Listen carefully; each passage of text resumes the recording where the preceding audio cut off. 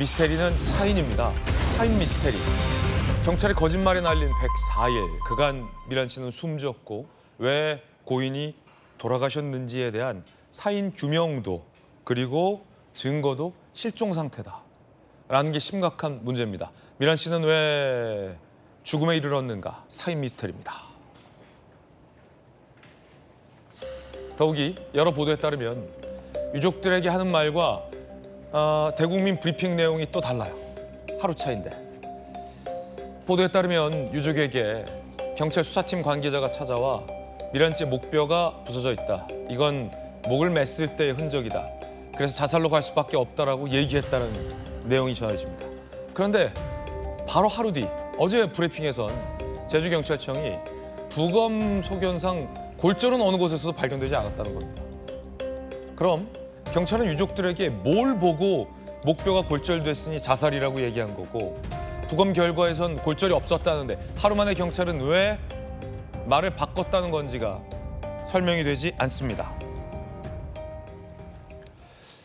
자, 안효원 의원님. 네. 기자 시절에 또 이 사건 기자, 경찰청 출입 기자 오래 하셨는데 설명이 안 돼요. 유족에게는 미란 씨가 스스로 목을 맨 것처럼 얘기를 했어요. 그 근거는 유족에 따르면, 보도에 따르면 미란 씨의 목뼈 골절이라고 얘기했는데 네. 바로 하루 뒤에 대국민 경찰 수사 브리핑을 할 때는 미란 씨의 흔적 중 골절의 흔적은 또 없다라는 게 부검 결과잖아요. 네. 안 맞잖아요. 어떻게 된 거예요? 저도 이해가 되지 않습니다. 일단 부검의 결과를 우리는 인정할 수밖에 없는데 수사팀 관계자가 굳이 가족에게 찾아와서 스스로 목숨을 끊었다라고 이야기한 이유도 저는 이해가 되지 않습니다. 지금 경찰 발표가 초반전에 자꾸 자살로 몰아간 듯한 그런 느낌이 들어요. 본인인지 아닌지 모르겠습니다만은 자꾸 이 사건이 좀 확대되기를 원치 않은 그런 느낌이 드는데 어찌됐든 저도 지금 보통 이제 저도 뭐 경찰 기자 오래 해봤습니다. 네. 자살 사건은 되게 아는 곳에서 일어납니다. 본인이 충분히 찾아갈 수 있는 거 아는 곳에서 일어나는데 전혀 알 수 없는 캄캄한 야자숲 단지에서 그것도 야자숲에서 야자나무가 그렇게 강한 나무도 아닌데 거기에 줄을 걸 수가 있다. 그다음에 뭐 안전 자세였다. 과연 그게 가능한지 저 굉장히 의구심이 들어요. 그렇군요. 네, 물론 이제 경찰 조사 결과가 나올 수 있겠습니다만은 이런 여러 가지 정황을 볼 때 현재까지 상황에서 자살로 단정하기는 굉장히 어렵다. 네. 신중해야 된다 이런 생각이 들고요. 그런데 이제 이 사건이 지금 시신이 많이 부패가 됐습니다. 너무 늦게 경찰을 찾았어요. 이것도 유가족들이 분노할 만한 일입니다. 104일 만에 찾았는데 부패되어 있기 때문에 실질적인 타살 혐의 같은 걸 찾기 또 어려울 거예요. 그럼 결국 이게 자살로 보이는 미제 사건으로 끝날 가능성이 매우 높아집니다. 왜? 증거를 찾을 수 없기 때문에. 그래서 이번 사건은 상당히 미국에 빠질 가능성이 높아지는데 어찌됐든 지금 상황에서 경찰 발표가 혼선을 빚고 있고 또 현재 사건이 벌어진 장소 등을 고려해 볼 때 과연 현재까지 경찰 이야기처럼 네. 자살로 판정할 수 있을까? 굉장히 의문이 드는 그런 대목이 많습니다. 많은 전문가들은 경찰이 수사 방향을 자살로 몰고 가는 것 아니냐라는 비판의 목소리도 제기되고 있습니다. 수사 전문가였던 우리 김광삼 변호사님께서 보시기에 유가족에게 한 말과 경찰의 브리핑이 달라요. 목뼈가 골절됐다. 그건 극단적 선택을 했을 때의 징후다. 자살로 갈 수밖에 없다. 유족에겐 이런 끔찍한 얘기들을 많이 하더니 바로 다음 날엔 부검 결과가 나오니까 골절은 또 없었다는 거 아닙니까? 그럼 뭘 보고 유가족들에게 이렇게 전혀 다른 얘기를 했다라는 겁니까? 일단 이 사건 자체는 이제 검찰의 불신을 굉장히 증폭시킨 거잖아요. 경찰. 경찰. 그런데 이제 처음에 사체가 발견됐잖아요. 그러면 사실 우리가 사체의 검시라고 하거든요. 네. 눈으로 보는 것. 검시만 가지고 판단하면 안 돼요. 부검의 결과도 나와야 하고. 그다음에 만약 극단적 선택을 했다고 한다면 어느 날 갑자기 하는 건 아닙니다. 뭐 휴대폰을 가지고 인터넷을 통해서 관련된 단어를 검색하고 방법을 검색하고 그런 절차가 대부분이 거쳐요. 징후가 있다. 그리고 징후가 다 있는데 이 처음에 경찰이 사체가 발견되자마자 우리는 뭐 극단적 선택 얘기라고 하는데 경찰이 자살한 것 같다 이렇게 확정적으로 얘기한 거예요. 네. 그 당시 부검 결과도 안 나왔고 휴대폰 포렌식도 안 된 상태란 네. 말이에요. 근데 그 다음에 또 문제가 되는 게 뭐냐면 이제 여러 가지 어떠한 사체가 발견된 전체적으로 특징을 보면 극단적인 선택을 한 것 같은데 목에 골절이 있다 이렇게 얘기를 하는데 그러니까요. 골절 자체는요 그냥 보는 것만으로 알기 어려워요. 예. 그 제가 볼 때는 이제 수사의 전문성이 좀 너무나 없는 그런 사람이 수사를 하고 있지 않은가. 현재로서는 저 목뼈 골절이라는 경찰의 이야기도 사실은 굉장히 부정확할 가능성이 크다라는 거예요. 아니 골절을 눈으로 알 수가 없어요. 왜냐하면 골절이라는 것은 뼈 자체에 어떤 상처를 입어서 뭐 부러진다랄지 금이 간다랄지 이걸 우리가 골절이라고 하거든요. 그러니까 당장 부검 결과 나오니까 골절이 없었다는 거 아닙니까? 그래서 아마 제가 제 생각으로는 이제 사체가 부패되고 오래됐잖아요. 네. 그러면 이제 목 부분이 사실은 원래 있던 상태에서 변형이 될 수 있죠. 예. 그러니까 원래 있던 상태에서 모양이 변형됐으니까 처음에 아 이거 골절됐다 이렇게 생각했을 가능성이 큰데 아니 그런 아마추어적인 의견이 어디 있습니까? 근데 그건 골절이 아니거든요. 예. 그래서 자꾸 이걸 극단적 선택으로 경찰이 몰아가는 거 아니냐. 더군다나 디지털 포렌식 한 결과도 안 나왔거든요. 근데 왜 이게 굉장히 중요하냐면 예. 극단적 선택이냐 아니면 조금이라도 타살 혐의가 있느냐 이건 엄청난 차이가 있어요. 완전히 장르가 달라지잖아요. 범죄의 그렇죠. 장르가. 극단적 선택으로 결론을 내리면 그냥 장미란 씨가 관련된 이제까지 어떤 실종 그런 것은 그냥 끝나는 거예요. 예. 종결이 되는 거고 일만에 조금이라도 타살 혐의가 있다고 한다면 이건 수사가 더 진행이 돼야죠. 확대돼야 되고. 그렇죠. 근데 이 수사 자체도 사실은 쉽지 않거든요. 근데 여러 가지 이제 사체와 관련된 부분이 사실은 일반적으로 살인 사건이랄지 타살 혐의가 있을 때 중요한데 지금 사체가 온전하지 않단 말이에요.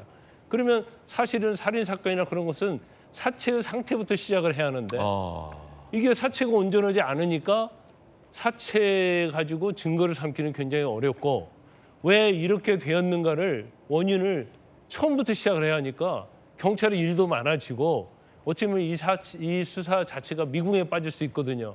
근데 자꾸 유족의 입장에서 보면 사인의 원인을 규명하고 뭔가 속시하는 걸 원하는데 자꾸 경찰은 사체가 발견한 때부터 계속 뭐 자살이다, 극단적 선택이다 그런 얘기만 하니까 아니 유족 입장에서 우라통 안 터지겠어요? 예. 또 국민의 입장에서 보면 아 저게 장미란 씨가 가지고 있는 끈도 나오고 했지만 뭐 자세가 어떻다고 하는데 저거 자체만 가지고 과연 저게 야자수 숲에서 저게 저런 어떤 행위에 이뤄질 수 있나?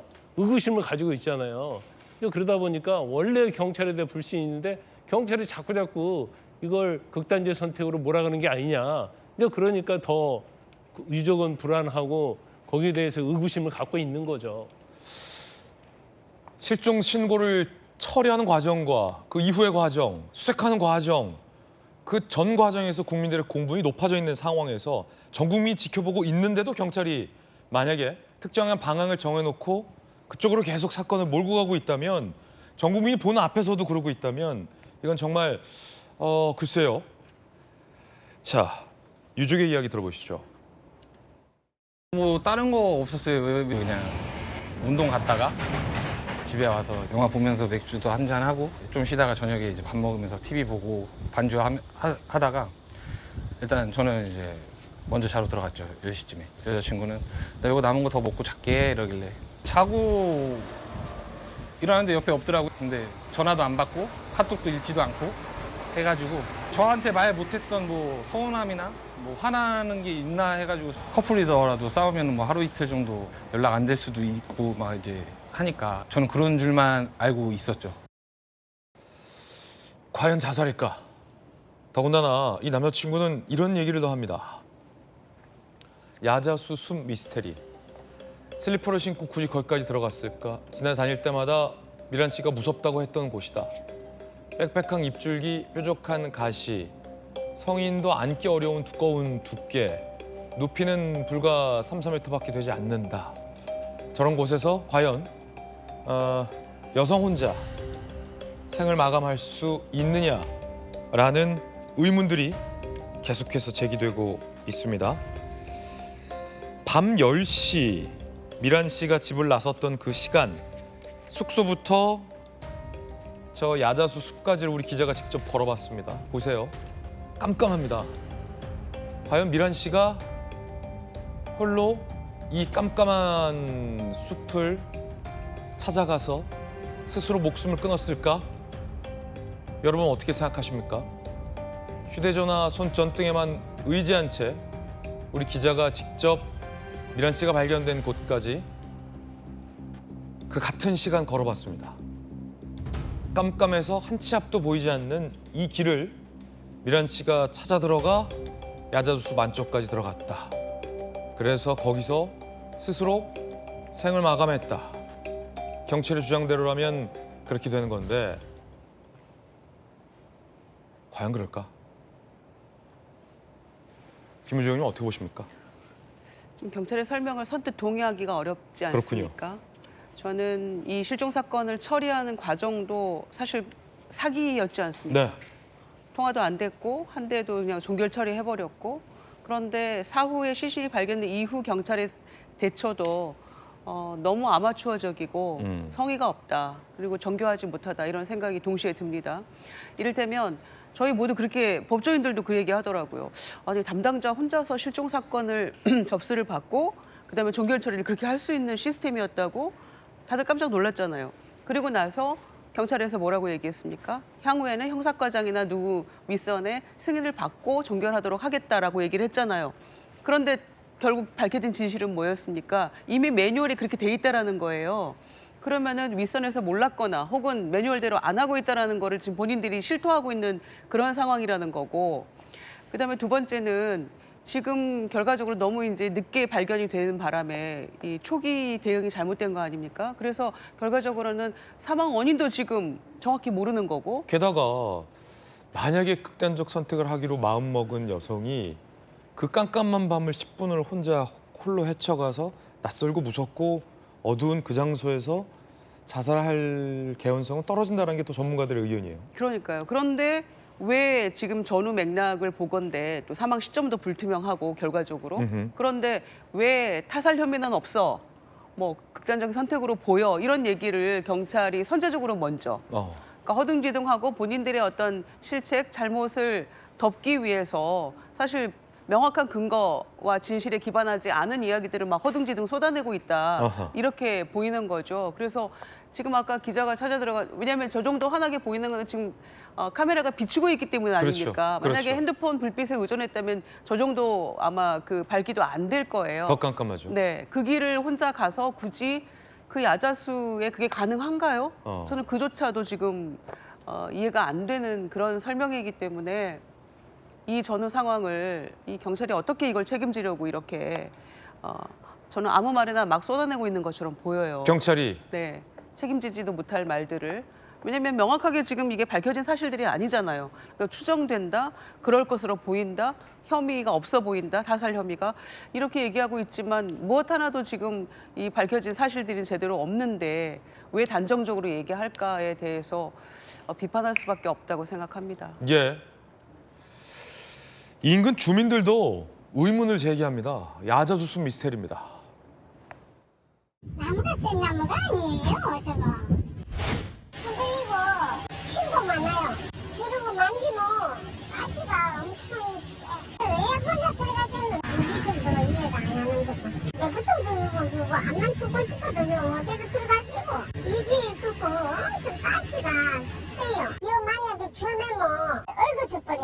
안 돼. 그 뭐 줄 어디다 올리면 지가는 못 내야지. 거기는 없어. 농지니까. 근데 죽은 것이 희한하게 팔찌도 그대로 있고 전화기도 그대로 있고 좀 이상하지. 사람들이 이쪽 길로도 많이 다니나요? 많이는 안 가요. 밭에 가요. 밤에는 여기 지나다니는 사람이 없겠네.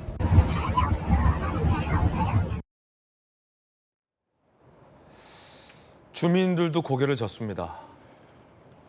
전문가들도 경찰과 다른 이야기를 합니다. 저희 돌직구 항력반의 배상훈 반장, 범죄 프로파일러 이야기 들어보시죠. 뒷부분에 질식을 해서 돌아가신 것 외에는 아직 밝혀진 건 없는 겁니다. 타살이 될 수도 있고 아니면 자살이 될 수도 있고 아니면 다른 어떤 제3의 그 죽음의 원인이 있을 수 있는 거고 그 야자수 숲이란 공간에 경험치가 있느냐 장민환 씨가 예를 들면 무작정 자기가 잘 모르는 곳에 들어가서 툭 사살하는 경우는 거의 없거든요. 왜냐하면 거기가 어떤 데인지도 모르는데 그냥 들어가서 그게 말이 안 되지 않습니까? 그 부분이 이제 해결돼야 되는 거고 그 바로 직전까지의 동선이 필요하죠. 항구 쪽을 지나서 거기까지 간 건지 뭐 아니면 복수의 동선이 있어야지 이게 가능한 거거든요. 그걸 해결을 해야지만이 되는데 수사기관의 해결책은 자살로 처리하면은 수사기관은 속편하죠. 자살의 가능성이 좀 높습니까? 아니면 타살의 가능성이 좀 더 높습니까? 49.99 대 51.111로 후자를 좀 저는 보고 싶습니다. 프로파일러는 여러 가지 점들을 봤을 때 타살의 가능성이 더 커 보인다라는 의견을 제시했습니다. 돌직구 강력반의 배상훈 프로파일러의 의견인데 자, 지금부터는 명백히 수사의 문제입니다. 지금부터는 명백히 수사의 문제입니다. 이런 의문투성이의 사건에서 경찰만 수사하는 게 맞을까? 경찰의 수사 결과만 국민들은 믿고 경찰에 말하면 다 거기에 동의를 해야 하는가?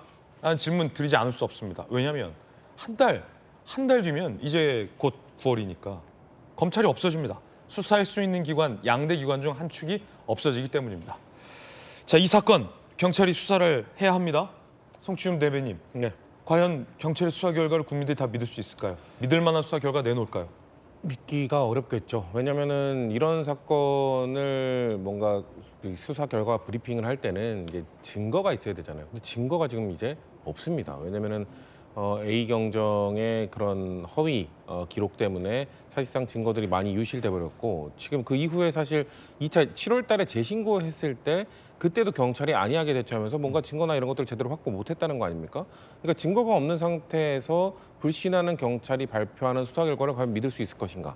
지금 사실 이 공기관이라는 게 공권력이라는 게 우리가 어떤 믿음을 주고 거기서 말하는 것들을 다 믿어주기 위한 그런 그 시스템이 갖춰져 있는 거잖아요. 근데 지금 경찰이 발표하는 거는 우리가 자살 아까 뭐 목에 골절이나 이런 것도 이렇고 시작할 때부터 지금 처음부터 끝까지 지금까지 나온 것까지 전부 다 봤을 때는 도무지 믿을 수가 없는 집단이 돼버린 거죠. 네.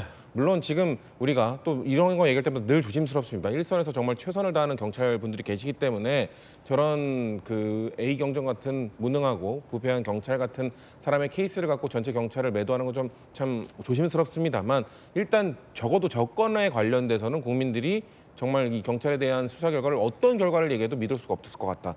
지금 우리가 배상훈 프로파일러 말씀을 들어봤습니다만 전문가가 봤을 때도 저렇게 얘기하는 건데 저희가 일반인들은 얼마나 더 많은 의혹이나 의구심들을 갖고 있겠어요. 근데 앵커께서 지적하신 것처럼 국민들께서는 아마 앞으로 더 많은 걱정을 하실 수도 있습니다. 물론 이게 보안 수사건이 지금은 아직 있잖아요. 보안 수사건이 있음에도 발생했는데 국민들이 느끼실 때 보안 수사건이 있는데도 이런 사건이 발생하면 보안 수사건이 없어지면 이런 사건이 더 많이 발생할 수도 있는 거 아니야?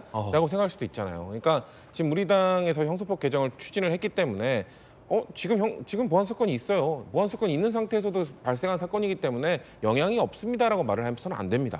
국민들의 불안감이 더 커질 수도 있는 상황이기 때문에 보안 수사건이 없어졌을 경우에 이런 사건이 발생했을 때 이러이러한 시스템으로 우리가 국민들의 안전을 담보하기 위해 노력을 할 겁니다. 라고 말씀을 드려야지 이건 보안 수사건과 관계가 없습니다라고 설명을 해버리면 국민들께서는 우리가 지금 뭐 때문에 불안해하는지 모르네라고 생각하실 거란 말이에요. 그렇기 때문에 지금 우리 당이 지금 이 사건에 대해서 대하는 태도는 경찰 이렇게 보완하겠습니다. 경찰 개혁하겠습니다. 이거 좋습니다. 이거 좋은데 적어도 보안 수사권과는 관계없으니 그런 것들 갖고 공격하는 거는 이거 정치적 공격일 뿐입니다. 너무 이쪽에만 매달리게 되면 오히려 우리가 방어하기 어려워질 수 있다. 그렇기 때문에 이 사건을 명명백백히 밝히는 것과는 별개로 국민들의 불안감을 어떻게 해소할 수 있을지 10월 2일 이후에 이런 사건이 더 많이 발생할 수 있다는 불안감 이걸 어떻게 국민들의 마음을 어루만져줄 수 있을지를 지금 심각하게 고민해야 되는 상황입니다. 네. 우리 도직구 멤버인 김유정 의원과 성추윤 부대변인은 보안 수사권, 당의 보안 수사권 폐지에 대해서 반대 의견을 줄곧 소신을 밝혀왔던 분들입니다. 참고로 말씀드리는데요. 자, 안영환 의원님, 네. 이제부터는 수사의 문제예요. 뭐 한국형 FBI라던가요?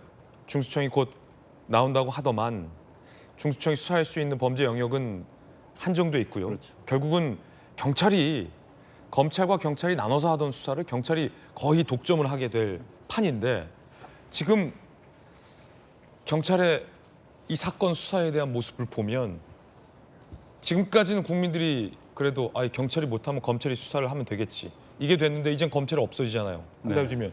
이럴 때 어떡할 겁니까? 아니 검찰 없앤 정부 여당은 뭐라고 대책이 있을까요? 경찰이 더 잘하면 된다? 경찰 개혁이다? 뭐 아까 앞서 이야기가 나왔습니다만 뭐 검찰에 지금 수사 보안권이 있는데 이 사건이 벌어졌으므로 검찰 지금 뭐 경찰 간의 관계를 탓할 문제는 아니다라고 하고 있지만은 불안해하는 것은 이런 겁니다. 지금 경찰이 13만 명이에요. 13만 명이고 검사는 2,000명에서 2,200명 사이입니다. 자, 13만 명 가운데서 일탈 행위가 개인적 일탈이 일어났다. 그동안 많은 일탈 행위가 일어났습니다. 그때마다 경찰은 내부적으로 단속을 하겠다. 검증 시스템을 만들겠다. 뭐 이렇게 해왔는데 여전한 겁니다. 그런데 그런 사람들이 그런 개인적 일탈을 칩시다. 조직의 문제가 아니라 일탈을 일으키는 그런 경찰들의 수사 결과에 대해서 내부적으로 통제가 안 될 때 검사가 하는 겁니다. 예. 검사가 뭐 속된 말해서 없애려고 하는 경우에 사건 자체를 사실 2021년에 경찰에게 수사 종결권을 부여했습니다. 그리고 검찰은 7대 주요 범죄만 수사를 하도록 줬습니다. 그러니까 대부분의 범죄 행위는 지금 경찰에서 자 이건 범죄 행위가 안 됩니다 하고 눌러버리면 끝나는 겁니다. 지금 올 상반기만 해도 경찰에서 검찰의 송치하는 사건이 30만 건입니다. 30만 건 가운데서 실제 불송치하면 안 되는 송치해야 되는 사건이 몇 건 있는지 알 수가 없는 거예요. 암장해버린 사건이 많을 수도 있다. 그렇죠. 그래서 이제 30만 건 가운데서 검찰이 그래도 가져와 하는 게 약 2% 정도입니다. 그런데 30만 건을 검찰이 송치하지도 않았는데 일일이 보기가 굉장히 어려워요. 엄청난 책임감을 가진 검사가 아니라고 한다면은 그렇다면 경찰이 스스로 이 사건은 뭐 별 필요 이런 대표적인 케이스가 이런 케이스죠. 이게 지금 만약에 타살로 드러났다고 하면은 엄청난 경찰이 무능과 범죄 행위를 저지른 겁니다. 그런데 이제 앞으로도 이런 사건이 계속 일어날 수밖에 없어요. 특히 이제 마약 범죄 피해자가 없습니다. 현재 형사소송법에는 피해자가 이의를 제기할 수 있다고 했는데 마약 범죄가 피해자가 어디 있습니까? 본인이 스스로 했는데 피해자가 본인인데 신고할 이의 신청을 사람 누가 했어요? 뇌물 범죄, 뇌물 주고받은 사람이 다 범죄 혐의에 들어갑니다. 피해자가 없어요. 피해자 좀 애매합니다만 피해자가 이의 신청하도록 되어 있는데 피해자가 없는 사건들 어떻게 할 거예요? 그러면 경찰이 그냥 수사 종결한다 해도 끝나는 겁니다. 검찰이 어떻게 할 수가 없는 거예요. 그런데 지금 앞서 말씀드린 것처럼 올해 올 상반기입니다. 올 6월까지 30만 건의 불송치 사건 가운데서 송치해야 될 사건이 몇 건이 있는지 알 수가 없는 겁니다. 이제는 영원히 뭐 보안권이 없어지면은 어떻게 할 수도 없는 상황이 돼버린 겁니다. 검찰 폐지 부작용의 단면이 바로 그거다. 그렇죠. 그래서 지금 앞으로도 이제 이런 유의 사건들이 계속 발생할 수밖에 없고 어떻게 이것을 보완할 것인지 결국은 절대 권력은 없습니다. 이제 뭐 이재명 대통령이 말한 것처럼 경찰이 최고의 권력이 됐습니다. 최고의 권력이 절대 권력화되고 있는 것이죠. 이걸 견제하겠다는데 보완하겠다는데 뭐가 문제라고 보완 수사권을 없애는 건지 전 도무지 이해가 되지 않습니다. 물론 민주당에선 중수청이 있다라고 반박하지만 중수청에 구성되는 인원이 정확히 나와봐야겠지만 상당수의 경찰과 검찰 수사관들로 이어진 중수청, 뭐 일부 검사도 있겠습니다만 그래서 애초에 다른 기관이 견제한다라는 취지가 제대로 발휘될 수 있겠냐라는 법조계의 반박도 만만치 않습니다. 허위 종결을 한 경찰이요. 미란 씨 사건을 허위 종결하고 한 달 뒤에 경찰청장 표창을 받았습니다.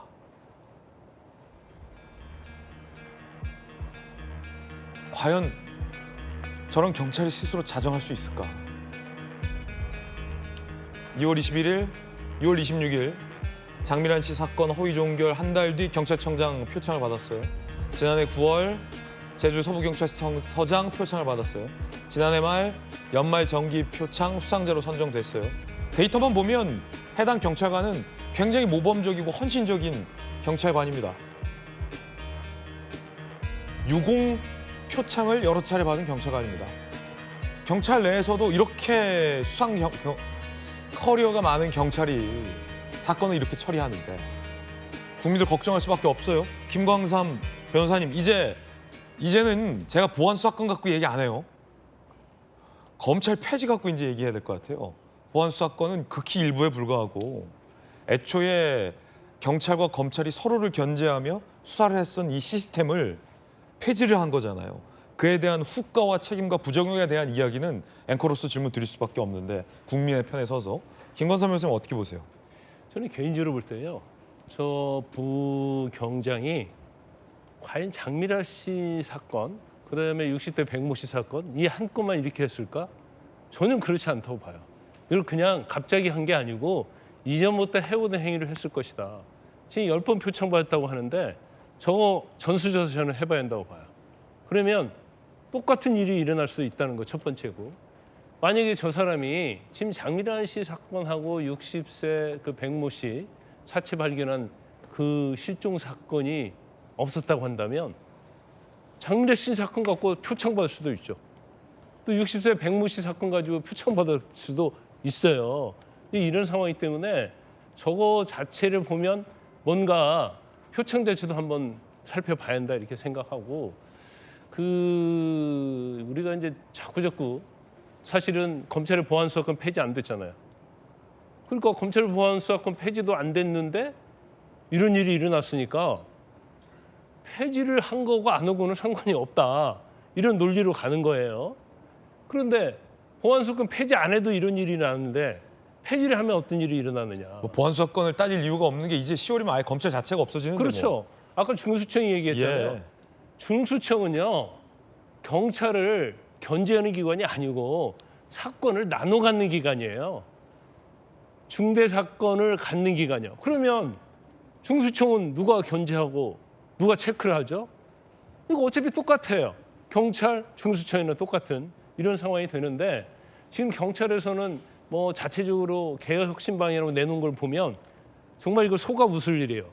뭐 결제 라인을 뭐 한다, 아니면 뭐 중대 사건은 경찰서장이 수사를 한다, 뭐 이런 아주 자기들끼리 그냥 해보겠다는 건데, 가장 우려되는 건 뭐냐면 우리가 지금 선관위 문제가 엄청 돼 있잖아요. 경찰 자체도 이렇게 견제받지 않으면 선관위와 똑같은 게 되는 거예요. 지금 뭐 투표율 조작 다 했잖아요. 사건 조작하잖아요. 그건 내부적으로 짬짬이 하는 거거든요. 그럼 짬짬이를 어떻게 밝혀내죠? 이제 밝혀낼 수 있는 기관이 아예 없어지는 겁니다.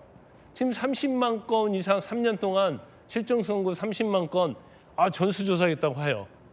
지금 경찰 사건도 많은데 다 30만 건에 다 집중한다는 거 아닙니까? 그럼 나머지 사건은 어떻게 하죠? 현재 진행되는 사건은 어떻게 할 거예요? 이런 문제가 있고, 또 우리가 수없이 했지만 이제 검찰에서 적어도 6, 70만 건이 내려올 건데, 그러면 실종 사건 30만 건 해야죠. 검찰에서 내려온 사건 해야죠. 지금 미제 사건 쌓여 있는 거 해야죠. 경찰이 이걸 소화할 수 있는 능력이 안 돼요. 아무리 천재들 집합했다 하더라도 이건 소화할 수 없거든요. 그러면 이렇게 어떻게 보면 수사기관 사법 시스템, 특히 수사와 관련된 사법 시스템이 검찰권 폐지가 되면서 엉망진창이 돼버린 겁니다. 이거 원복시켜야 하거든요, 사실은. 근데 민주당이나 할지 지금 이재명 정부 원복시켰습니까? 제가 확정적으로 말씀을 드리는 건데 이거 계속 이런 일이 일어날 거예요. 계속. 그러면 결과적으로 따지면 국민들은 이제 수사기관을 더 이상 믿지 않을 겁니다. 이건 엄청난 거예요. 수사기관을 신뢰하지 않는 것 자체는 국민들에 있어서 결과적으로 스스로 해결해야 하는. 그러면 정부는 어디 갔죠? 정부는 뒤에서 지금 뒷짐지고 방관하고 있는 거예요. 이건 정부에 대한 불신으로 가는 거예요. 그래서 이거 자체가 자신들의 어떤 정치적 이익을 위해서 수사기소 분리라는 어떤 프레임을 하나 짜놓고 검찰 수사권을 완전 박탈했는데, 이 후폭풍이 얼마나 국민에게 다가오는지를 지금 보여주는데 이건 시작에 불과하다. 저는 그렇게 봅니다. 중수청은 경찰을 견제할 수 없다. 김광삼 변호사님의 개인적인 견해도 전해드렸습니다. 해당 경찰관이 60대 남성의 실종 사건도 똑같이 암장했습니다.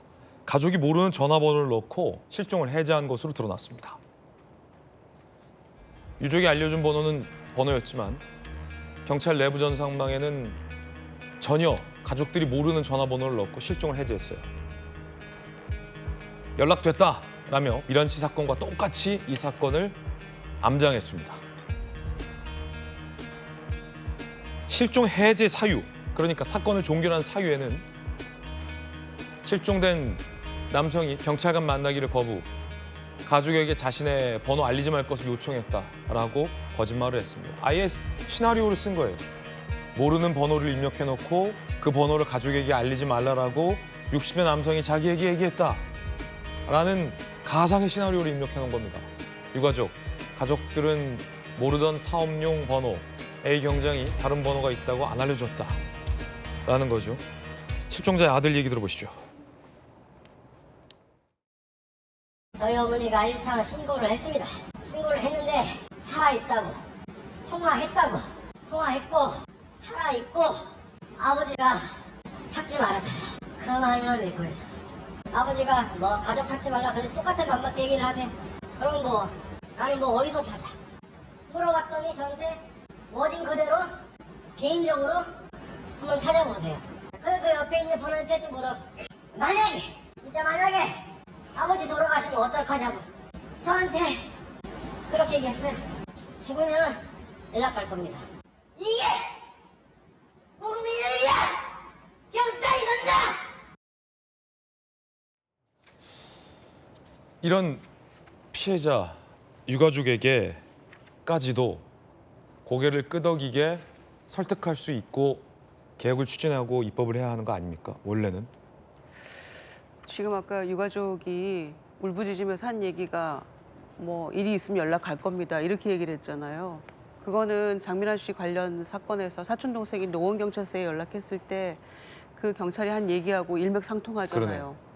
뭐 별 얘기, 별 소식이 없는 게 무소식이 오히려 희소식이다. 희소식이다. 이렇게 얘기했던 거 똑같은 건데 지금 실종 사건을 놓고 경찰이 그렇게 무성의하게 답변한다는 거는 더 가슴이 아프고 배탄스러운 일이다 이런 말씀드리고요.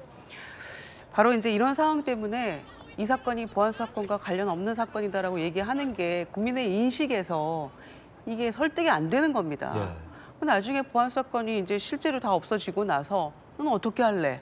있어도 이 모양인데 이렇게 얘기가 나올 수밖에 없는 거고 거기에 대해서 사실 우리가 할 말이 없어요. 그런 측면에서 저는 만약에 보안 사건 원복이 현실적으로 어렵다. 그렇다면 그 다음은 차선책은 뭔가 우리 고민해야 되잖아요. 근데 따지고 보면 현실적으로 어렵다라는 말도 제가 좀 이해가 안 되는 게 어차피 법을 지금 보완하는 과정이잖아요. 그러면 보안 수사권을 폐지한다 해서 보안 수사권을 일부 존치한다 문구만 바꾸면 되는 거거든요. 현실적으로 어렵다라는 건 우리가 이렇게까지 했는데 그걸 어떻게 뒤집어 그거밖에 없지 않습니까 국민들에게? 한 번 하기로 했으면 해야지 어떻게 바꿔 그거밖에 없지 않습니까? 그런데 한 번의 개혁이 끝나는 건 아니다라고 얘기를 했기 때문에 당에서도 저는 얼마든지 개정하고 보완할 수 있다라고 저는 개인적으로 생각하지만 바꿀 수 있다 얼마든지 다시. 예, 그런데 지금 이 상황에서 쉽지 않아 보입니다. 지금 당에서 이걸 나서서 보안 사건을 다시 복원시키자라는 얘기는 나오고 있지 않기 때문에 정성호 법무부 장관 국회 돌아가도 안 될까요? 모르겠습니다. 이제 다시 뭐 국회로 복귀하셨으니까 그 이후 상황을 좀 지켜보겠습니다만 네. 그러면 그 다음으로 할 수 있는 건 뭐냐 현실적으로 그러면 정권 송치를 하거나 뭐 수사 지휘권을 부활을 시키거나 이렇게라도 해야 되는 거 아닌가라는 게 제 생각이고요. 그 보안 수사권도 안 주는데 수사 지휘권을 주겠습니까? 그럼 직접 수사하는 건 아니니까 이거는 또 다른 맥락에서 가능하지 않을까 생각도 해보고요. 그렇군요. 또 하나는 경찰에 지금 여러 가지 문제점들이 노정이 되잖아요. 왜 이런 문제가 더 부각이 되냐면 경찰의 권한이 워낙 커졌기 때문에 그러는 맞습니다. 거예요. 맞습니다. 대통령이 그때도 야, 경찰은 어떻게 믿지? 이렇게 얘기하면서 보안사건의 존치 입장을 가졌던 바가 있잖아요. 대통령도. 그런데 권한이 막강하면 그에 따른 책임도 커져야 되는 거고 또 사건 처리 과정도 좀 더 민주적이고 투명해야 되는 거잖아요. 그러니까 책임성, 민주성, 투명성이 확보가 돼야 되는데 이거는 별도로 지금 사건이 불거지니까 이제 경찰도 개혁해야지 이거 안 되겠네 이렇게 가는 게 아니고 검찰 개혁 안에 우리가 충분한 시간이 있었고 문재인 정부 때부터 준비를 해갈 때 패키지로 함께 해왔어야죠. 행안부 장관이 지금 이 사건들 부각되고 나서 어제야 겨우 사과를 했는데 너무 늦었어요. 경찰청장도 지금 공석인 상황에서 행안부 장관이 사실은 지휘 선상에 있는 거 아닙니까? 그런데 너무 늦었다고 저는 생각하고요. 아무리 지금 우리 정부지만 그런 상황에서 함께 지금 이 패키지로 이루어졌어야 될 것들이 너무 늦었다. 그렇지만 이제라도 제대로 잘 보완하고 수습하는 게 중요하지 않을까 이렇게 봅니다. 예. 이뿐이 아니었습니다. 거짓 반려의 셀프 결제까지. 제주 서귀포경찰서 수사과 사건 반려위에 고소 고발인 동의 허위 입력, 팀장 아이디 몰래 접속해 셀프 결제. 시 경사는 고소 고발인 동의 없이 사건 17건을 이미 반려, 팀장 아이디 몰래 접속해 셀프 결제. D 경장, 인적 피해 교통사고 14건 단순 물적 피해로 기록 조작. 가관입니다. 제주 서부경찰서, 제주 서귀포경찰서에서만 수사과 교총조사팀에서 벌어진 일들인데 단면이잖아요. 빙산의 일각. 그 어떻게 사건을 이렇게 허위로 주물럭주물럭 한다는 생각을 했는지 저로서는 도저히 이해가 안 되는데, 성치훈 대변인님, 네. 건들면 안 되는 거잖아요. 조작하면 안 되는 거잖아요. 그렇죠. 사건은 네. 저거 드러나면 처벌받습니다. 그러니까 저런 것들을 방지하기 위해서는 저는 경찰 개혁의 영역이라고 보는데요. 경찰들이 저런 식으로 사건을 은폐하거나 엉터리로 처리했을 경우 저것을 어떻게 방지할 수 있을 것인가에 대한 문제. 사실 냉정하게 저는 얘기하면 이건 보안 수사과는 다른 문제입니다만, 근데 또 국민들이 느끼실 때는 결국 연관된 거 아니야라고 느끼실 수 있어요. 그렇죠. 왜냐면은 보안 사건 폐지가 결국은 저런 부패한 경찰한테 좀 더 많은 권한을 주게 된 거잖아요. 그렇죠. 이런 집단에게 이렇게 많은 권한을 줘도 돼?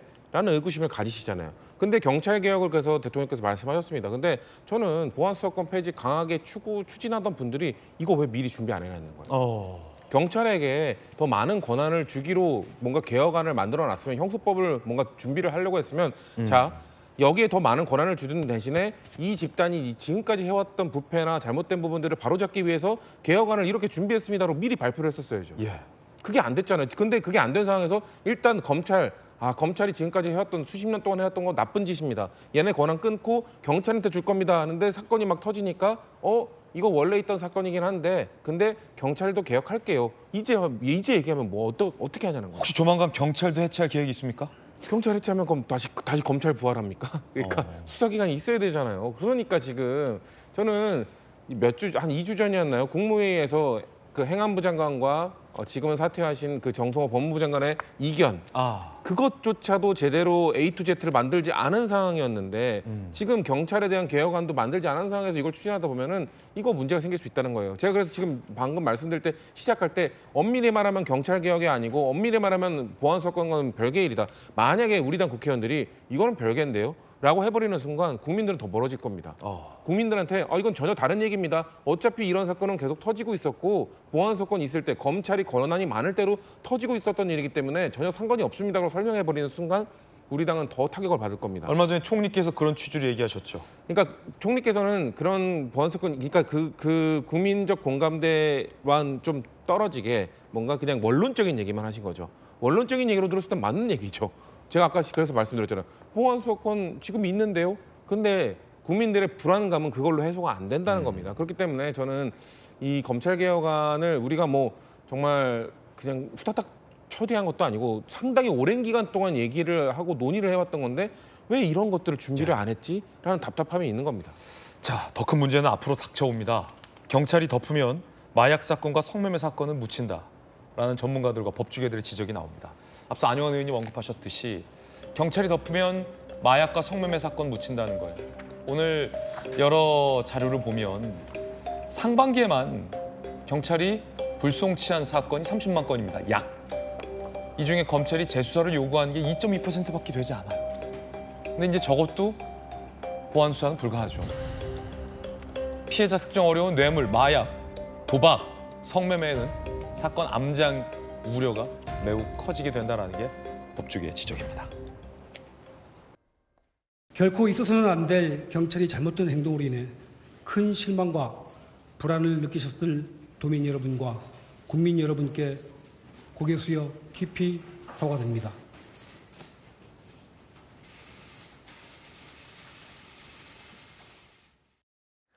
이에 앞서 어제는요, 장미란 씨 실종 사망 사건과 관련해서 경찰이 지금까지의 수사 내용을 일부 공개했습니다. 자, 경찰이 처음으로 장 씨의 추정 사망 시점을 공개했는데요.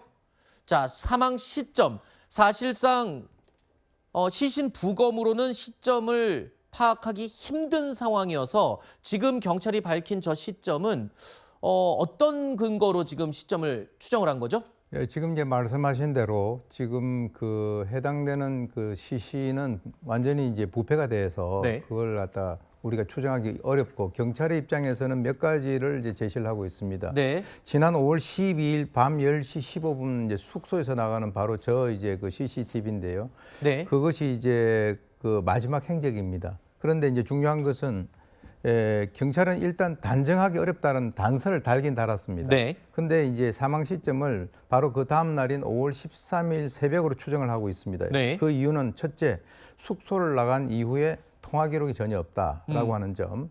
그래서 이제 영장을 통해서 확인을 해보니까 실제로 이제 확인이 됐고요. 또 이제 휴대전화 신호가 집을 나간 지 2시간 반에서 3시간 이후에 한림항으로 기지국이 최종 나오고 그 이후에는 그것이 고정이 돼 있었다라고 네. 하는 것을 이제 근거로 들고 있습니다. 그렇군요. 자, 그런데 이번 사건의 경우 경찰이 사실관계를 초반에는 좀 단정적으로 성급히 발표하는 게 아니냐라는 느낌을 지울 수 없는 부분들이 몇 가지 있었죠. 경찰이 아까 말씀하신 것처럼 정확하고 단정 지을 수는 없다라는 전제를 붙이고 어제 브리핑을 하기는 했지만 이런 경찰의 발표에도 불구하고 이 장미란 씨의 사망 경위를 둘러싼 유족과 그리고 시청자, 국민 여러분들의 의문은 해소되지 않는 부분들이 상당히 있습니다. 경찰은 모든 가능성을 열어두고 있다라고 이제 밝히면서 이 결과 발표를 하고 있는데요. 정황상 범죄 관련성은 낮다고 보고 있습니다. 경찰이 장 씨가 사망에 쓰인 도구를 숙소에서 직접 들고 나온 점도 확인했다라면서 앞서 제일 먼저 밝혔죠. 이거는 타살 정황이 없어 보인다. 이렇게 얘기를 발표를 했고 그 이후에 또 이제 중간 발표에서 자살에 쓰인 도구를 집에서 갖고 나오는 것까지 확인했다. 어쨌든 타살 정황이 없다는 쪽으로 계속 뒷받침하는 증거들을 밝히고 있죠. 그렇습니다. 지금 이제 경찰에서는 지금 말씀하신 바로 저것을 가지고 굉장히 강력하게 타살 가능성이 없다라고 주장을 하는 근거로 사용을 하고 있는 것 같습니다. 그러니까 이제 집에서 있는 어떤 도구가 한 군데가 빠져 있었다는 거죠. 네. 그런데 그 빠져 있는 그 도구가 바로 현장에서 발생이 됐는데 네. 그것이 이제 통상 그 이 피해자가 죽음을 맞이하는 데 있어서 결정적인 어떤 영향을 갖다 끼친 그런 도구다라고 경찰이 판단을 하고 있기 때문에 네. 지금 그것을 갖다가 정확히 어떤 것이다라고 해서 아주 공개적으로 밝히고 있지는 않은데 네. 그것을 가지고 지금 현재 그 타살 가능성은 굉장히 낮아 보인다라는 주장을 하고 있는 것이죠. 네. 경찰은 일단 고 장미란 씨가 야자수 줄기에 그 집에서 가지고 온 도구를 이용해서 목숨을 끊었다고 보고 있습니다. 자, 이런 가운데 오늘 장 씨의 사망 경위와 관련해서 국립과학수사연구원의 부검 결과, 잠정 결과입니다. 감정 결과 나왔는데 목 부분에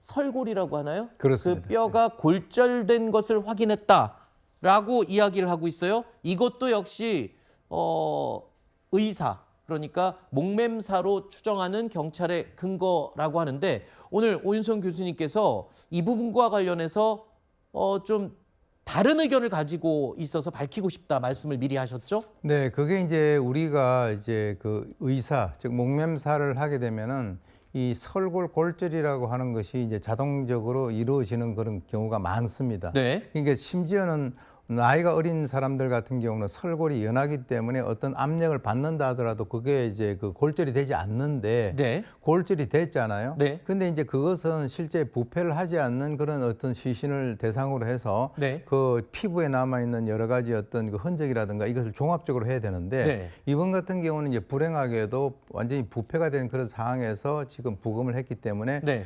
뼈의 어떤 그 골절 상태나 이런 것을 가지고 논할 수밖에 없다는 거예요. 그렇죠. 근데 근데 이제 저는 좀 거기에서 어디에 좀 주목을 하고 싶으냐 그러면 지금 이제 국립과학수사연구원에서 발표한 그 자료를 제가 봤는데요. 네.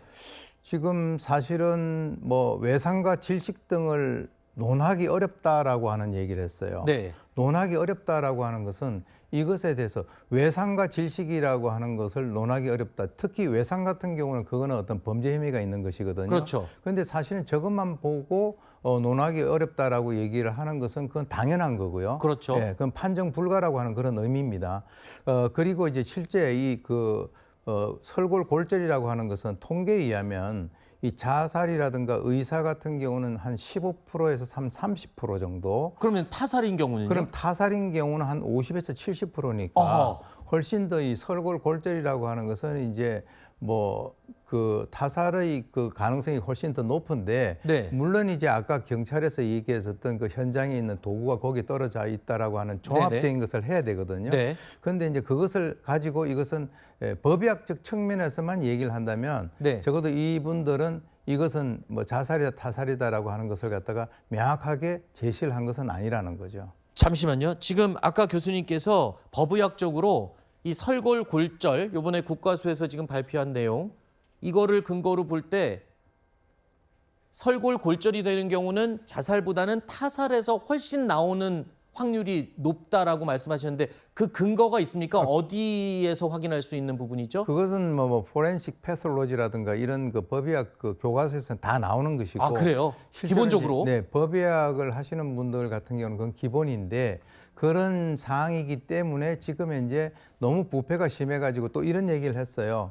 그 과정에서 또 외력에 의한 골절 또 부패로 인한 연부 조직이 손실되고 난 뒤에 낙상하는 상태에서 이탈될 수도 있다 이렇게 붙였거든요. 네. 그렇기 때문에 이제 실제로 수사기관에서는 정황 증거까지 다 포함을 해가지고 나중에 결론을 내지만 이것이 나왔다라고 해서 바로 이것이 자살이다라는 결론으로 얘기를 하는 것이 아니라 경찰은 종합적인 것으로 이것과 모든 것을 다 포함을 해서 나중에 뭐 자살이건 타살이건 그 결론을 내려야 될 거로 봅니다. 네. 그러니까 교수님 말씀은 지금 경찰에서는 이 시신 발견 초기에 경찰청장 직무대행이 국회에서 그랬지 않습니까? 타살 흔적은 없는 것으로 보고받았다. 하지만 법의학적으로 볼 때 지금 국과수의 발표 설골골절은 법의학 교과서에도 자살은 10% 정도, 그리고 타살일 경우에 설골골절이 50에서 70%에 발견된다. 지금 그 말씀을 해주신 거죠. 그럼 경찰에 지금 타살 흔적이 없고 자살 쪽으로 가는 것은 어떻게 보면 조금 성급한 걸 수도 있다는 말씀이신가요? 그러니까 이제 법의학적 결론을 가지고 이것을 자살이다라고 이 얘기를 갖다 하는 것은 논리적으로 안 맞다는 거죠. 자, 그리고 경찰은 이 야자수 나무에 이 도구를 이용해서 스스로 목숨을 끊은 것으로 지금 추정을 하고 있는데요. 이러한 발표에도 야자수 숲 인근에 사는 주민들, 그러니까 야자수 숲, 야자수 나무에 대해서 어쩌면 가장 많이 알고 있는 사람들이죠. 이 주민들이 의문을 제기하고 있습니다. 어떤 의문을 제기하는지 들어보시죠. 이게 쉽게 부서지더라고요, 나무가. 부서져요.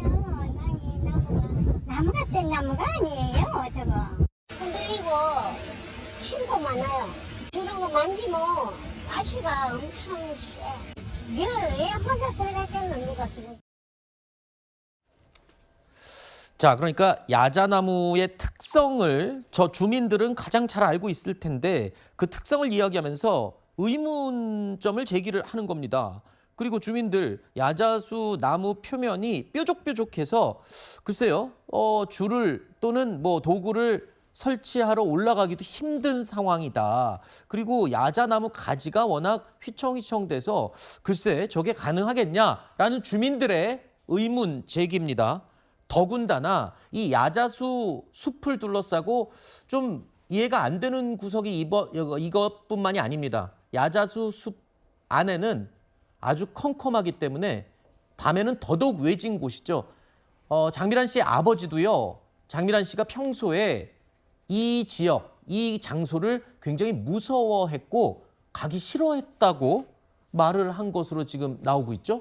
예, 그러니까 이제 여러 가지 그 유가족들이 주장, 즉 남자 친구가 뭐 그럴 이유가 없었다라고 한다든지 또는 뭐 목매과 연관된 그 나무의 어떤 여러 가지 어떤 특성이라든가 또는 평소에 저기를 가기를 굉장히 무서워했다든가 하는 이런 여러 가지 정황들이 물론 이제 어떤 그 자기 스스로 어떤 극단적 선택을 하는 이런 사람들의 내면적 심리는 그 주위에 있는 사람들도 사실은 잘 알지 못하는 그렇죠. 그런 특성은 있습니다. 네. 그러나 이제 지금 여러 가지 또 이제 그 반대 논리에서 이 반대 주장을 하는 사람들의 여러 가지 어떤 그 주장 같은 것도 네. 상당히 좀 뭐 의아함을 좀 증폭시킬 수 있는 그런 어떤 분위기를 자아내고 있는 것은 아닌가라는 생각이 듭니다. 네.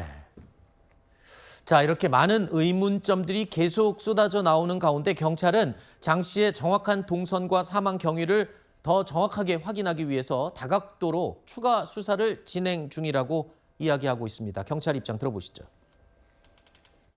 전화를 안 했는데 했다고 했는데 어떻게 실수죠? 다양한 자료를 수집해서 다각도로 검토해서 좀 밝혀내도록 하겠습니다. 그 여러 번 저희가 드렸던 말, 그리고 경찰이 통상적으로 많이 하는 말이죠. 모든 가능성을 열어놓고 수사하고 있다. 심지어 경찰은요, 이 문제의 A 경장과 장 씨의 사망 이 사실에 혹시 접점이 있는지도 들여다보고 있습니다. 하지만 아직까지는 전혀 일면식 없는 사이다라고 알려지고 있는 상황이죠. 정말 충격적인 소식도 또 추가로 전해지고 있습니다. 문제의 A 경장이 이 사건 처리 약 한 달 반 뒤에 실종자 발견 공로로 경찰청장의 표창을 받았다는 게 확인이 됐습니다. 근데 이게요, 한 번이 아니고요, 여러 차례입니다.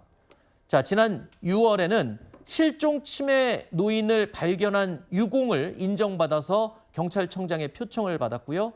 그리고 석 달 뒤에는 자살 기도자를 신속하게 발견한 지난해입니다. 죄송합니다. 지난해 9월에는 자살 기도자 신속 발견 유공을 통해서 제주 서부경찰서장의 표창을 받기도 했고요. 또 지난해 말에는 그 전해에 있었던 25년 연말 정기 표창 수상자로 선정되기도 했습니다.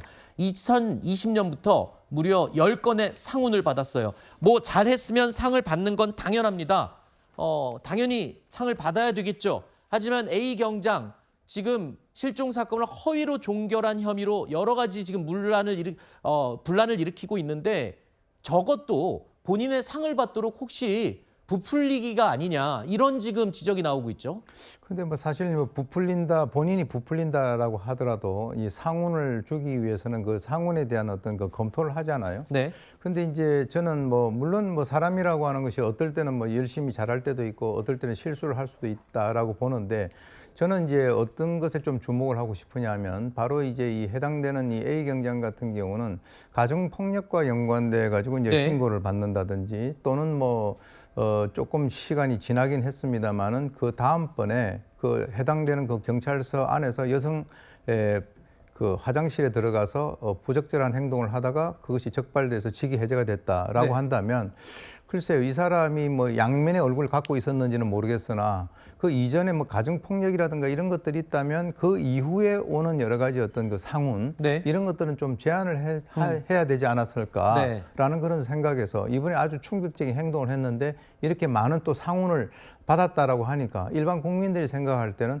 경찰에서의 어떤 상훈에 대한 어떤 신뢰성이 상당히 떨어지는 그런 어떤 그 계기가 될 거로 봅니다. 자, 저는요 궁금한 게 이겁니다. 치매 노인의 실종을 신속하게 찾아준 유공이 인정됐다. 그리고 또 자살을 하려는 사람을 신속하게 찾은 유공이 있다. 이거는 금방 확인할 수 있는 거 아니에요? 그 지난 사건들이고 벌어진 일이고 처리한 과정이 있을 테니 이 당사자들에게 확인만 하면 어떤 이 과정을 통해서 진짜 유공을 세운 건지 확인 다 해봐야 되지 않을까요? 그렇죠. 그러니까 저희도 지금 현재 상태에서는 적에 대한 정보가 공개되지 않았기 때문에 과연 그 당시에 어떤 그 치매 노인이라든가 자살자를 구조를 했는지 그것이 정확한 것인지는 우리는 지금은 확인할 수 없으나, 만약에 거기에서도 어떤 문제가 있었다라고 한다면 그것은 이제 그 제주 경찰의 입장에서는 상당히 비난을 받을 수밖에 없는 그런 상황입니다. 알겠습니다. 저는 생각에 그 관계된